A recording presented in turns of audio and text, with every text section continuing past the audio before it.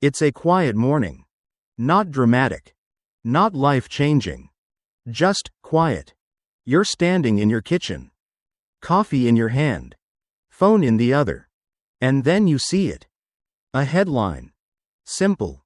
Clean. Almost casual. The average 45-year-old has nearly $1 million. And something in your chest tightens. Because you're 45.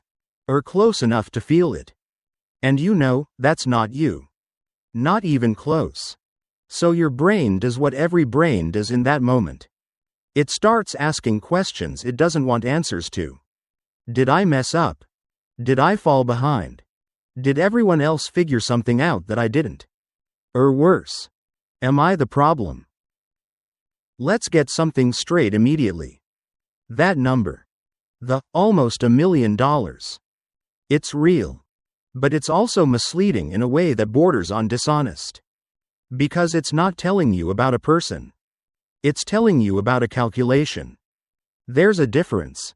When people say the average net worth for someone aged 45 to 54 is around $975,000, what they're really doing is taking every dollar owned by every household in that group, adding it together, and dividing it by the number of people.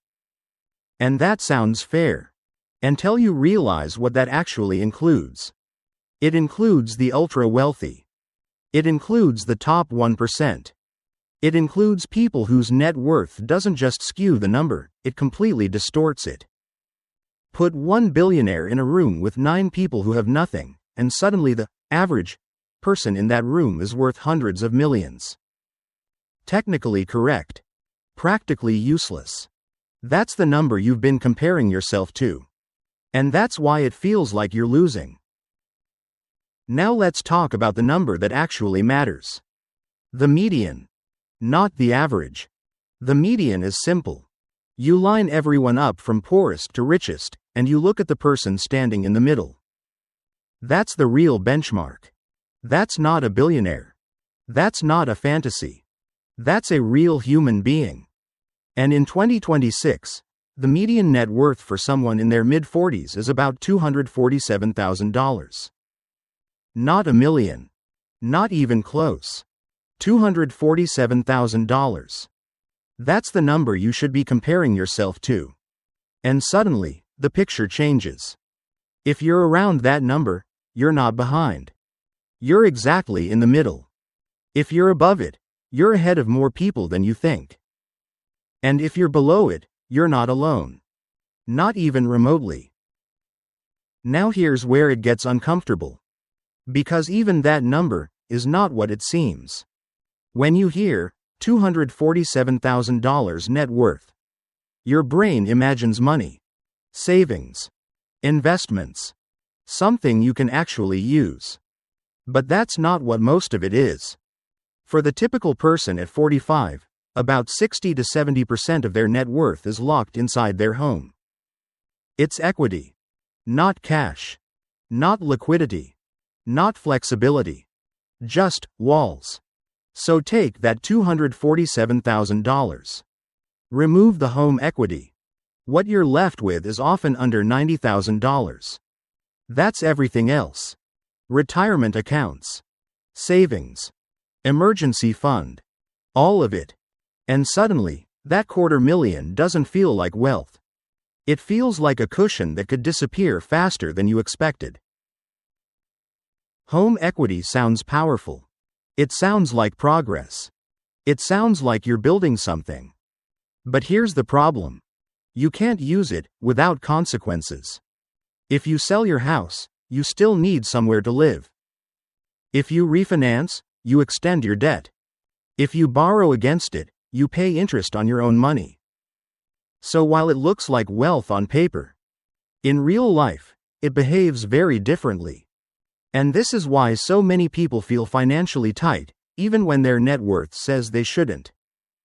Because their money isn't accessible. It's trapped. Now let's talk about the number that should concern you more than anything else. Retirement savings. There's a rule you've probably heard before. By age 50, you should have 6 times your annual salary saved. 6 times. Sounds reasonable. Until you see reality.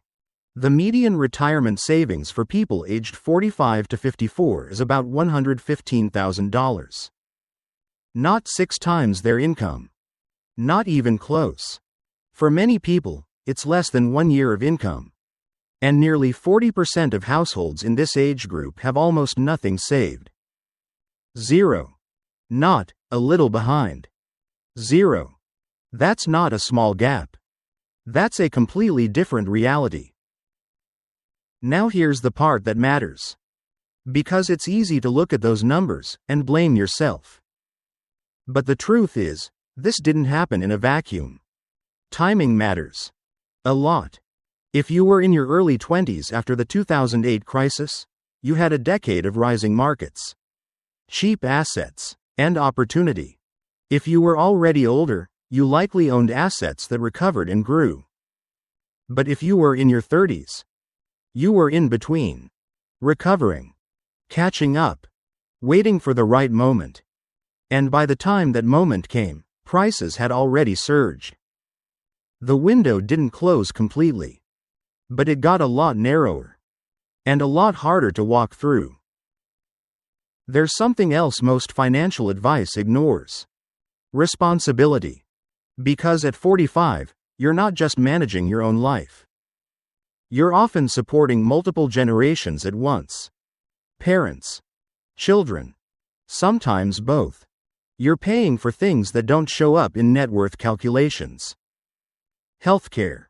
Education. Support. Unexpected costs that don't care about your financial plan.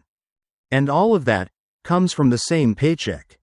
So when someone asks why you're not further ahead, they're ignoring the weight you've been carrying. A lot of people quietly rely on something they don't say out loud. Inheritance. The idea that eventually, something will come. Something that fixes the gap. But the reality is much less comforting. Most wealth transfers are highly concentrated. They don't go to everyone. And even when they do, the amounts are often far smaller than expected. By the time healthcare costs, long-term care, and end-of-life expenses are paid, there's often not much left. Relying on that is not a plan. It's a hope. And hope is not a strategy. Here's the truth most people avoid. At 45, time matters more than anything else. Not in a dramatic way. In a quiet, unavoidable way. Because for most of your life, time felt flexible. There was always room to delay. Always another year. Always, I'll start soon. But now, the margin is smaller. You don't have 40 years anymore. And that matters. But here's what matters more. You still have something incredibly valuable. About 20 years. 2 full decades of earning, saving, and compounding. That's not nothing. That's a window. A smaller one, but still powerful. Because compounding doesn't shut off just because you started late. It keeps working. It just asks for one thing in return. Consistency. Not perfection. Not huge amounts. Just consistency over time. Because those 20 years are going to pass either way. The only question is whether they pass with intention, or without it. Let's make this simple. You don't need a perfect plan. You need a real one. Something you can actually follow, without burning out after 2 months.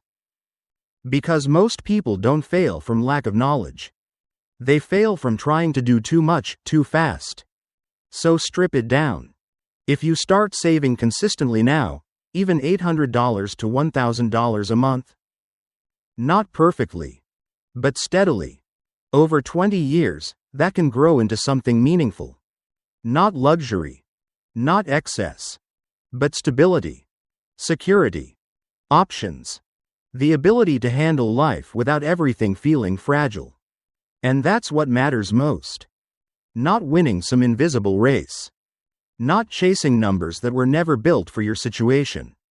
But building a life where money stops being the constant source of stress.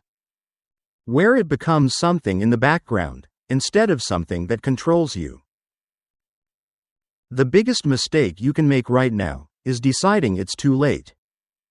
Because that thought, that one idea, is what actually guarantees nothing changes. You don't need to catch up overnight. You don't need to hit 1 million next year. You just need to start moving in the right direction. Small decisions. Repeated consistently. That's how this works. Not dramatically. Quietly. So where do you stand? If you're around $247,000, you're right in the middle.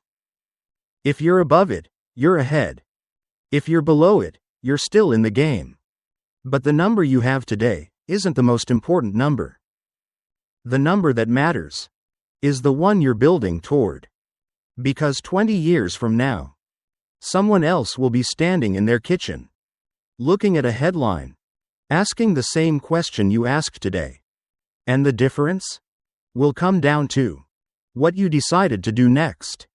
Not perfectly, not dramatically, just consistently.